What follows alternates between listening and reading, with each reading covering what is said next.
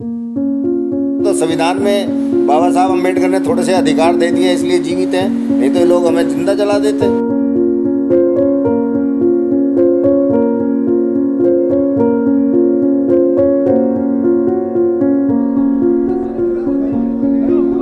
इस जगह को कूड़ा घर बनाया ही जा रहा है, सोची समझी साजिश है ये।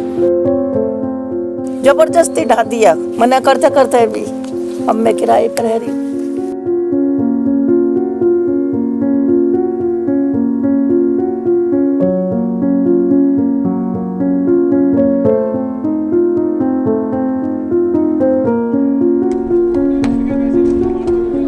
अगर ये कॉलोनी किसी और अपर कास्ट की होती तो ये हाल होता ही नहीं यहाँ पर।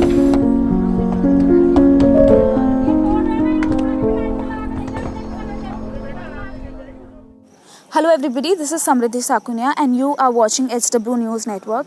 जैसे कि आप देख सकते हैं, हम यहाँ वज़ीराबाद एरिया में हैं। आप मेरे पीछे देख सकते हैं, वहाँ ईंटें पड़े हुए हैं। ईंटें इसीलिए पड़े हुए हैं क्योंकि यहाँ दिल्ली पुलिस यहाँ आती है और इनके प्लॉट्स तोड़ के चली जाती है। लोगों का ये कहना है कि दिल्ली पुलिस हर 15 दिन में आती है और उनके प्लॉट्स गैर कानूनी तरीके से तोड़ के चली जाती है। जब वो उनसे ऑर्डर्स मांगते हैं कि आप हमें ऑर्डर लेटर दीजिए, वो भी नहीं दिखाती है।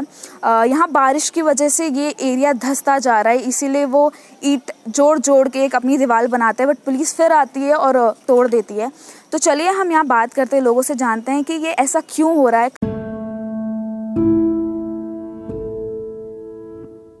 वजीराबाद में स्थित एक कॉलोनी जिसमें 50 साल से भी अधिक समय से SC, ST और OBC समुदाय के लोग रहते थे, उसको तोड़ा जा रहा है। उन्हें ये भूमि आवंटित की गई थी। ये जमीन प्रधानमंत्री इंदिरा गांधी 20 सूत्रीय कार्यक्रम के तहत उन्हें दिया गया था, लेकिन इससे उनकी परेशानी कम नहीं हुई। गरीबी के कारण वे काफ़ी दयनीय परिस्थिति में वहाँ रहते हैं। वहाँ अधिकतर घरों में शौचालय नहीं है।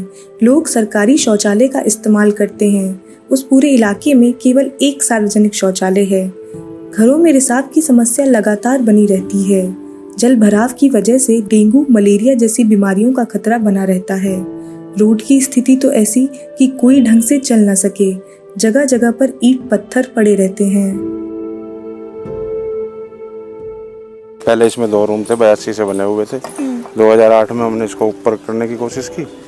उसके बाद में करा दी थी 5-5 फुट ये दीवार हुई थी ऐसे ही। तो देखो दिख रही है दीवार इतनी हुई थी। पहले तोड़ दी इन्होंने 2014 में। उसके बाद फिर दोबारा आए तो ये नीचे से उखाड़ी, फिर रोका इनको, अब फिर आए तो ये कमरा तोड़ दिया है। कितने बार आके 4-5 बार आ जाते हैं, जब मर्जी आ जाते हैं इनका, तो जब दिल करता है, कोई वो नहीं है। ऑर्डर भी तो होंगे ना,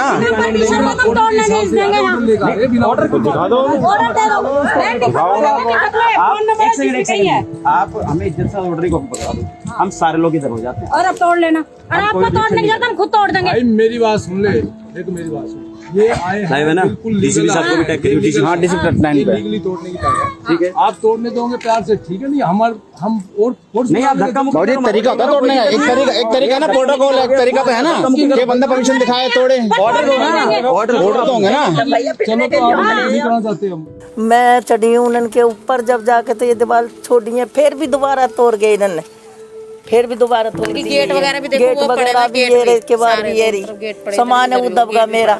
मैं यहाँ लोटे कर रही, बीमार आदमी मैं वैसे, मेरी खाट भी टूट गई, मेरे कपड़े भी दब गए इसमें ही।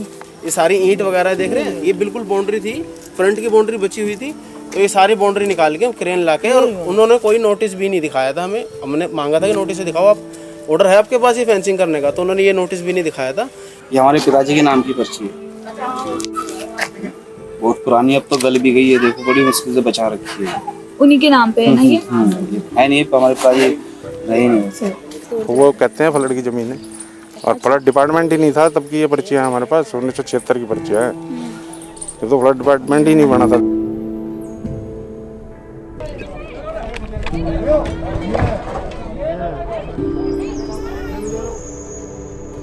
अधिकारियों के साथ पुलिस भी होती है, जो स्थानीय लोगों के अनुसार कई बार उनके साथ हाथापाई और दुर्व्यवहार करती है।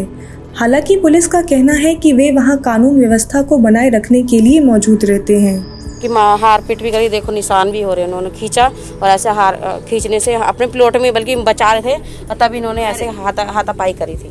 ये लोग बिना बात के कुछ नहीं करने आते, पुलिस की पूरी फोर्स लेके आते हैं उस फोर्स के साथ लेडीज़ के साथ हाथापाई कराते हैं। महिला पुलिस नहीं होती? महिला पुलिस बहुत देर बाद आती है, आधा घंटा हो जाए, कभी तो 1 घंटे बाद आती है, तब तक ये लोग बदतमीजी कर चुके होते हैं। वीडियो बनाओ तो किसी के मोबाइल पे हाथ मारते हैं। जब पूरी दफा मशीन लगाई है, मैं पूरी लौट गई थी मशीन के आगे, तब भी नहीं माने, सब ढह गई है।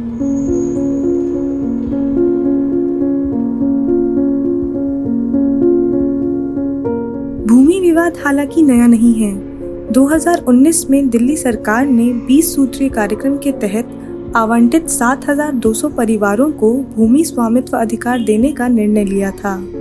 1975-76 में पूर्व प्रधानमंत्री इंदिरा गांधी के कार्यकाल के दौरान शुरू किए गए इस 20 सूत्रीय कार्यक्रम में लगभग 12,500 भूमिहीन परिवारों को खेती के लिए जमीन मिली।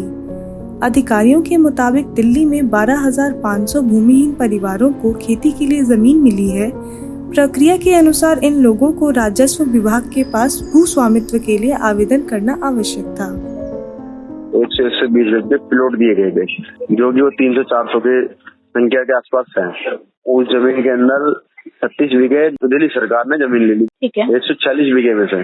अब बची हमारे पास 110 बीघे जमीन। उसमें क्या ना, हमारे कुछ प्लॉट चले गए। अब क्या है ना, वो उन मकानों को तोड़ने के लिए आते हैं, तो वो उधर तो जाते नहीं, जो मकान तोड़ने हैं उनको, वो आ जाते हैं हमारे इलाके में। उसकी हमारे पास पर्ची है, उसके सारे प्रूफ है हमारे पास। मेरे को 11 साल हो गए यहाँ पे रहते हुए। अच्छा। अब हम कहीं और रह रहे हैं, अब किराए पे।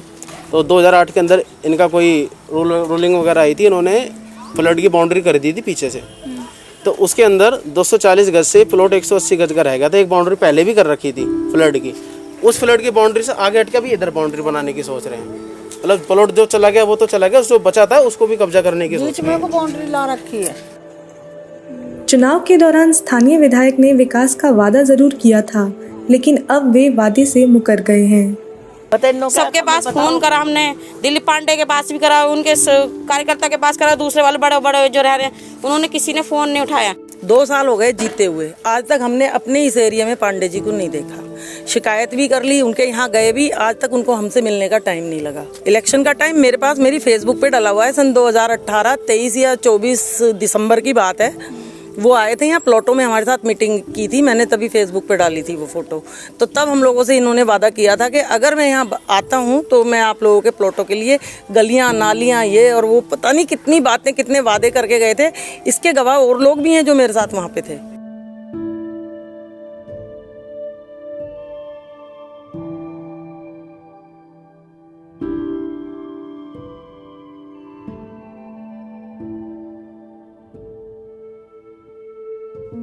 अगर ये कॉलोनी किसी और अपर कास्ट की होती तो ये हाल होता ही नहीं यहाँ पर। आगे फ़िलहाल हम चाहते हैं कि ज़मीन हमारी स्टे मिले, हम इस पे रहें पहले तो। बाकी जो टूटे फूटे मकान हैं उनकी छत हमें उठाने का या उनको रिपेयर करने का एटलीस्ट इतना तो हमें हक दिया जाए।